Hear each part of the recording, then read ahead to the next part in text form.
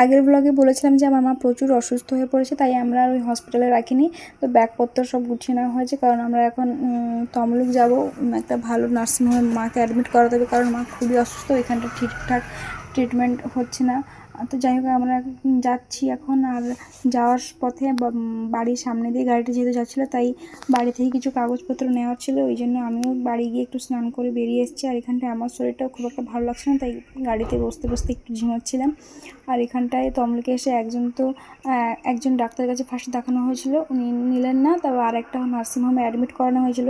তবে আমরা 1টা নাগাদ মাকে অ্যাডমিট করিয়েছিলাম, তবে 4টা নাগাদ ওরা আবার বললেন যে ওদের কাছে ওইসব ইঞ্জেকশন বা মেডিসিন আরও ঠিক অ্যাভেলেবেল নেই বা ওনারা পারবেন না, তাই ওখান থেকে আবার ডিসচার্জ করে আমরা এখন কলকাতা নিয়ে যাচ্ছি মাকে।